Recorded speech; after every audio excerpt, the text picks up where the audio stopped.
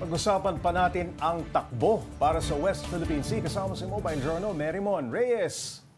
Aba, Marymon, mukhang napatakbo ka rin. Yes, nakisama tayo sa kanila. Magkano ba para makasali dyan sa takbo para sa West Philippine Sea? Iba-iba kasi siya, Pops, depende kung anong leg. So, Okay. 2 kilometers, 5, 10, 16. 1,200 yung para sa 2 kilometers. Pinakamaigsi. Pinakamaigsi. Then 1,300 umaakyat lang siya. So, lahat naman doon may kasama na doon na yung pinaka-susuotin nila na damit, meron silang loot bag, and kasama rin yung pinaka-pouch na pwede nila paglagyan ng gamit nila. Tingnan mo nga naman, mapapagod ka na. Yes. Magbabayad ka man.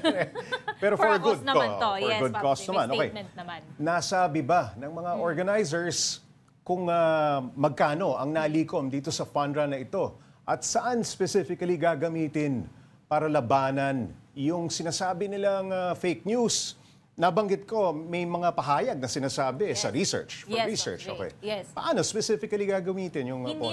Hindi naging specific kasi yung numbers. Oo. Pero 7,000 yung naging runners doon. Tapos medyo tansyahin natin, nasa 1,000 yung pinakamababa na registration. So, give or take, malaki-laki yung may ipon dito na pera. Malaki, oo. Pero aside dun kasi sa pag-sustain ng Run Rio, Okay. may part kasi ng proceeds na na makakasama para nga daw sa efforts on information, yung drives nila. Oo. May mga libro daw kasi ngayon na inaasikaso. And may pinapamigay din na may kinalaman sa kaalaman nga, history Oo. related dito sa sovereign rights, marine rights, maritime rights natin. Lahat yun kasama.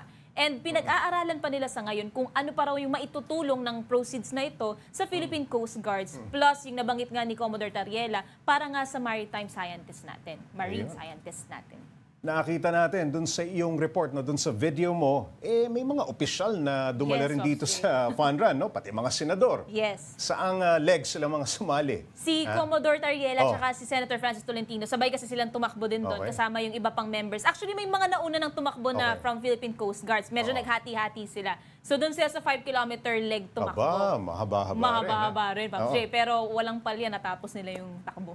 Masusundan pa raw ba ito, Marymon, itong fund run na ito? Yes. At kailan? Sa August, sa Cebu ito gaganapin, and then sa September sa CDO. Pero nabanggit sa atin ni Coach Rio na marami na raw ngayon ang parang naghihikayat pa na baka pwede pang around Manila. So mag-abang lang din daw kasi baka magkaroon pa ng mga takbo para sa West Philippine Sea na may advokasya na binibit-bit, Pops Jay. Baka mas marami pang sumali dyan. Yes, Maraming correct. salamat. Mobile Journal, Marymon Reyes.